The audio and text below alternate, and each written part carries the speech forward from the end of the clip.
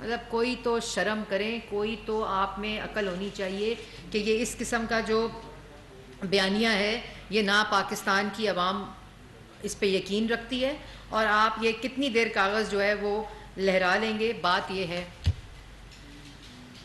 कि धरने में फॉरेन फंडिंग के ज़रिए मुल्क के ख़िलाफ़ साजिश करने की कोशिश की, कुर्सी पर मुसल्लत रहकर माशी दहशत गर्दी कर कर, मुल्क को गरीब करके, आवाम को भूखा करके, आवाम को मुफलिस करके, कश्मीर फरोशी करके, गैस आटा दवाई महंगी करके, रोटी आटा चीनी आवाम से छीन कर मुल्क के लिए 43,000 अरब का कर्जा छोड़कर महंगाई की शरह 16% पर, तरक्की की शरह मनफी से 4% पर रख कर कहते हो साजिश कोई और कर रहा है।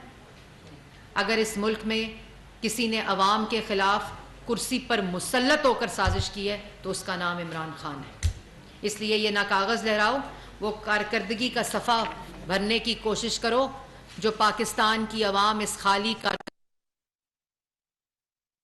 और उनको जवाब दो कि जो वादे किए थे, जो दावे किए थे, उस पे भी झूठ बोला। ऑपोजिशन सियासी मुखालफीन के खिलाफ तो झूठ बोला, झूठे इल्जामात लगाए, लेकिन जो दावे और वादे पाकिस्तान की अवाम से किए थे वो सफ़ा भी खाली है। इन सफ़ों को भरो, वरना पाकिस्तान की अवाम जिस तरह तुम्हारा ब्लैकआउट करेगी तो पाकिस्तान की तारीख में भी तुम्हारा नाम लेने वाला कोई नहीं होगा। एक साहब जो 2014 में कंटेनर पर थे, 2018 में RTS बैठाकर मुसल्लत किए गए और 4 साल हुकूमत में रहे। उसके बाद अब 2 हफ्ते से दोबारा कंटेनर पर चढ़े हुए हैं, लेकिन उनकी तकरीर की कैसेट नहीं बदली।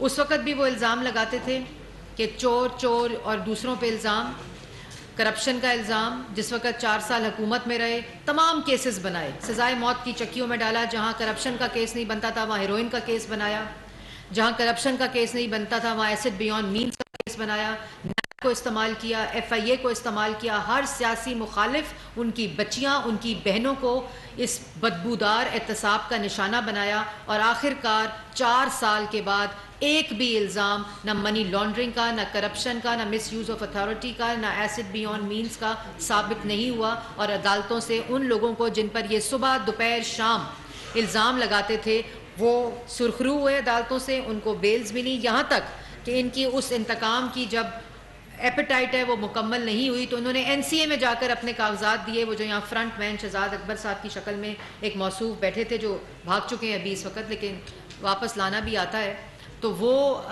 उन्होंने NCA में भी वो नैब के कागजात दिए, FIA के कागजात दिए। वहाँ भी इनको इनके मुंह पर, इनके एहतसाब पर तमाचे पड़े। लेकिन इनको आज भी जब तकरीर करते हैं, आज कह रहे थे कि मैं उस पर भी आऊँगी, लेकिन आज भी जो तकरीर करते हैं वही कैसेट, वही तकरीर।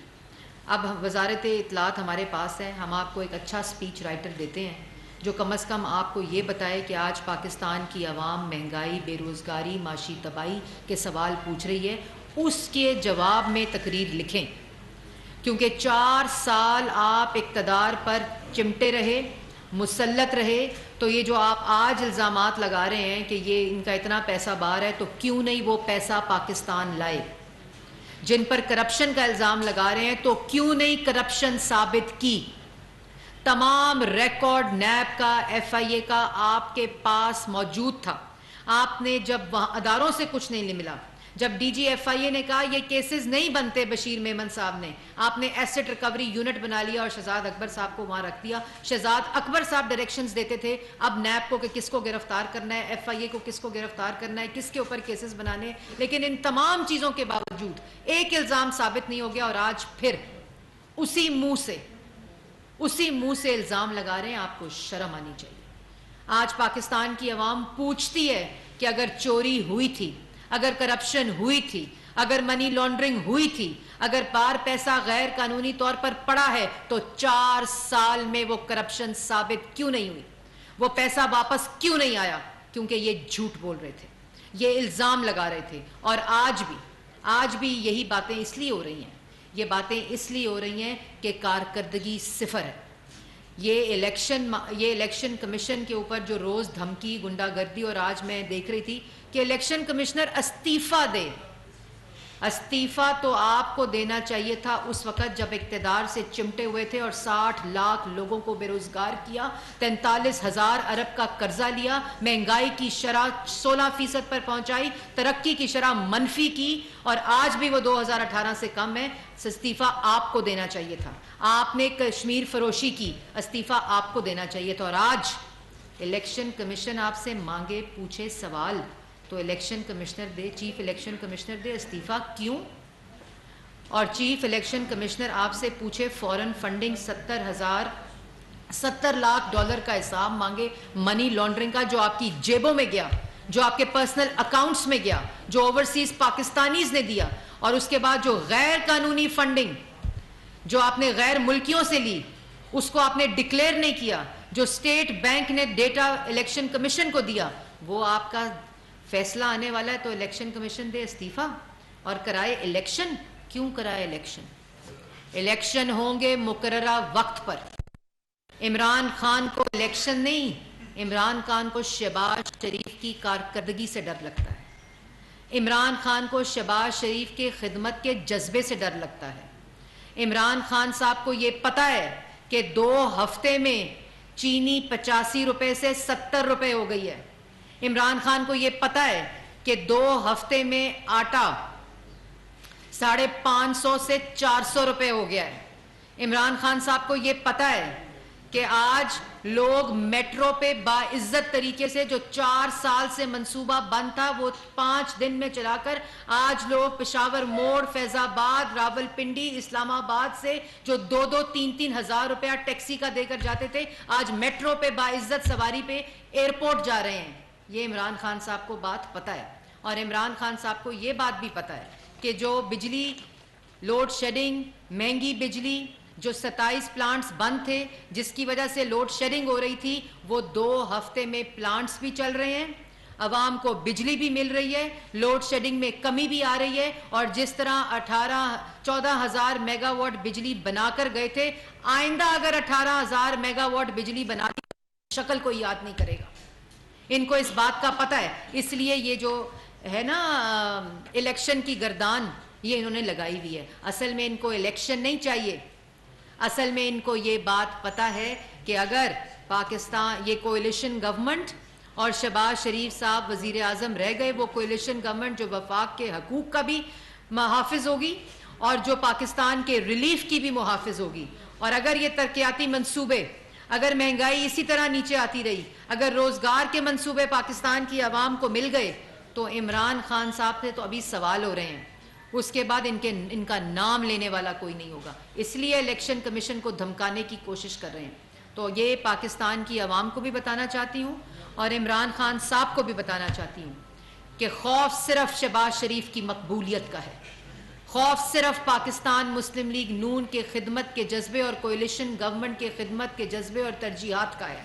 इलेक्शन अपने मुकर्ररा वक्त पर होगा।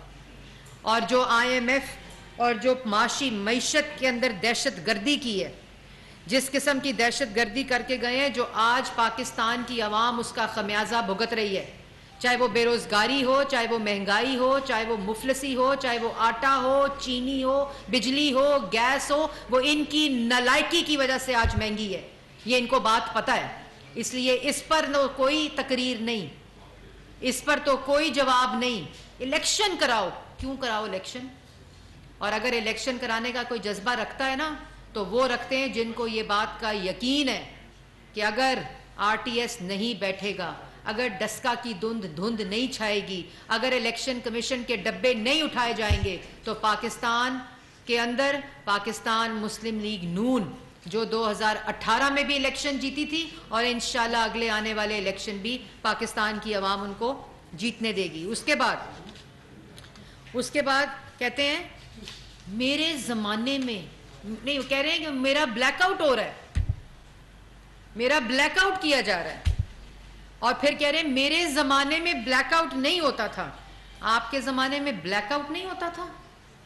आपके जमाने में ब्लैकआउट नहीं, सहाफियों की पसलियां तोड़ी जाती थी, सहाफ़ियों को गोलियां मारी जाती थीं, सहाफ़ियों को अगवा किया गया, सहाफ़ियों के प्रोग्राम्स बंद कराए गए, चैनल्स की बंदिश कराई गई, सहाफ़ियों को जेलों में डाला गया, सहाफ़ियों के ऊपर नैब के केसेस बनाए गए। और आज कह रहे हैं कि मेरे ज़माने में ये नहीं होता था।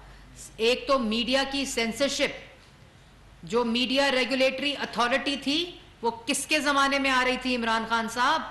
वो आपके ज़माने में आ रही थी कि जिसको जो कंट्रोल ना हुआ, जिसकी आर्म ट्विस्टिंग ना हुई, जिसकी धमकी से कोई चीज़ ना चली, मीडिया ने आपकी ये हुक्म मानने से इनकार किया, आपकी गुंडागर्दी से इनकार किया, आपकी बदमाशी से इनकार किया, मीडिया वर्कर्स को बेरोजगार किया गया, मीडिया हाउसेस को माशी तौर पर कंट्रोल किया गया और उन्होंने ले ऑफ किया लोगों को।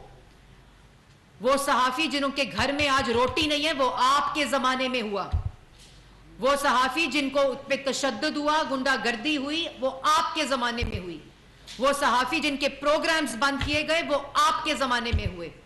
अगर इस मुल्क में पाकिस्तान की आवाम से रोटी छीनी गई, चीनी छीनी गई, आटा छीना गया, महंगी बिजली गैस ली गई, तो वो आपके ज़माने में हुआ। अगर मुल्क की 75 साल तारीख में किसी ने कश्मीर की तरफ आंख उठाकर मोदी ने देखा, तो कश्मीर फरोशी आपके ज़माने में हुई। अगर मुल्क के अंदर आज मईशत तबाह है, अगर मईशत को गुलाम बनाया गया, तो वो आपके ज़माने में हुआ। इसलिए ये लेक्चर ना दें कि आपके ज़माने में क्या होता था। पाकिस्तान की अवाम 2 हफ्ते पहले की बात भूली नहीं है। अभी सिर्फ 2 हफ्ते हुए हैं और आपकी गलाजत और आपका गंद साफ कर रहे हैं हम लोग। और उसके बाद ये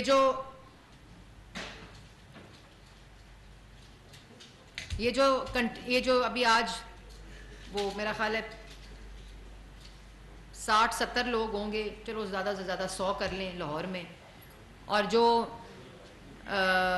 बातें कर रहे हैं अभी खड़े होकर कि मेरे ज़माने में सहाफ़त कितनी आज़ाद थी, तो वो सहाफ़ी मेरे सामने भी बैठे हैं, मीडिया हाउसेस भी चल रहे हैं, और जो बात करते हैं मेरा ब्लैकआउट हो रहा है, वो ब्लैकआउट हो रहा आपका पाकिस्तान की आवाम कर रही है, पाकिस्तान की सियासत से, जिनको आपने बेरोज़गार किया है। मीडिया पे आपका ब्लैकआउट नहीं हो रहा, क्योंकि मीडिया आजकल जो हुकूमत है, ना वो इजहार राय पर पाबंदी पे बिलीव करती है, ना वो सेंसरशिप पे बिलीव करती है। और आज जब स्टैंडिंग कमेटी सेनेट का इजलास हो रहा था, तो उसमें भी ये बात उठाई गई, और उसमें फैसल जावेद साहब ने जब पेमरा से सवाल किया, क्योंकि वजारत जो इतलात है वो हमारे ज़माने में जब भी होती है पेमरा आज़ाद होता है, इस तरह पेमरा जकड़ा नहीं होता जिस तरह आपके ज़माने में था। तो उससे डेटा मांगा गया जब, तो कोई डेटा नहीं था कि किस केबल के ऊपर बंदिश थी। तो ये झूठ, आपके जो झूठ है ना, वो अब आप झूठ बोल बोल के सियासत नहीं कर सकते। अब आप लोगों की पगड़ियां उछाल कर सियासत नहीं कर सकते। अब आप अपनी कारकर्दगी का जवाब दें और फिर सियासत करें। इसलिए ब्लैकआउट और पाकिस्तान की सियासत से हो रहे हैं। ब्लैकआउट आपको पाकिस्तान की अवाम कर रही है। ब्लैकआउट अगर आपको कोई कर रहा है तो वो आपकी कारकर्दगी कर रही है। आपका वो अमाल नामा जो पाकिस्तान की आवाम को दोनों हाथों से कार्टल्स और माफिया को दाएं और बाएं बिठाकर लूटा, वो आपका ब्लैकआउट हो रहा है। इसलिए पाकिस्तान की आवाम ये जानती है कि इलेक्शन क्यों कराओ, क्योंकि अभी तो 2 हफ्ते की कारकर्दगी, और इंशाअल्लाह इस काबीना की, इस हुकूमत की, तमाम कोएलिशन पार्टनर्स की तरजीह सिर्फ एक है कि पाकिस्तान की आवाम को रिलीफ दिया जाए। 4 साल हर शोबा, चाहे वो किसान हो, चाहे वो मीडिया हो, चाहे वो पाकिस्तान की आवाम हो, टीचर्स हो, नर्सेज हो, जो शोबा जो इनकी माशी दहशत गर्दी का शिकार हुआ है, उसको इंशाअल्लाह हम रिलीफ देंगे। और आखिर में कह रहे हैं डोनाल्ड लू ने एम्बेसडर को बुलाकर धमकी दी। ये तकरीर फरमा रहे थे आज। वो कागज़ इसलिए लहराया जा रहा है क्योंकि वो कागज़ जो लहराया जा रहा है ना साजिश का, वो इसलिए लहराया जा रहा है कि कारकर्दगी का सफ़ा खाली है, उसके ऊपर एक लाइन भी नहीं है। 1 करोड़ नौकरी में से 1 करोड़ नौकरी भी दर्ज नहीं है। 50 लाख घर में से इस सफ़े के ऊपर एक घर भी दर्ज नहीं है। माशी तरक्की, महंगाई के वो काले इंडिकेटर्स हैं जिसका आज पाकिस्तान की आवाम खमियाजा भुगत रही है। 1 मेगावाट बिजली इस कारकर्दगी के सफ़े पर दर्ज नहीं है, बल्कि जो बिजली थी वो इनसे मुरम्मत नहीं हो सकी। तो इस खाली सफ़े कारकर्दगी के ऊपर साजिश का बयानिया, वो भी झूठा, वो कितनी देर चलाओगे, कितनी देर चलेगा? डोनाल्ड लू ने अगर धमकी दी थी तो फिर 7 तारीख को मीटिंग हुई तो 8 तारीख को धमकी दी थी अगर आपके बकौल, तो 28 तारीख को याद आई। और 16 मार्च को उसी डोनाल्ड लू ने जो आपके मुताबिक धमकी दी थी, तो 16 मार्च को की नोट स्पीकर क्यों बुलाया था इमरान खान साहब? वो तो धमकी दे रहा था आपको। और ये कौन सी धमकी है? ये कौन सी इंटरनेशनल बैरूनी धमकी है जो आपको बुलाकर, आपके सफ़ीर को बुलाकर बताया, आओ बताएं हम आपके खिलाफ साजिश कर रहे हैं?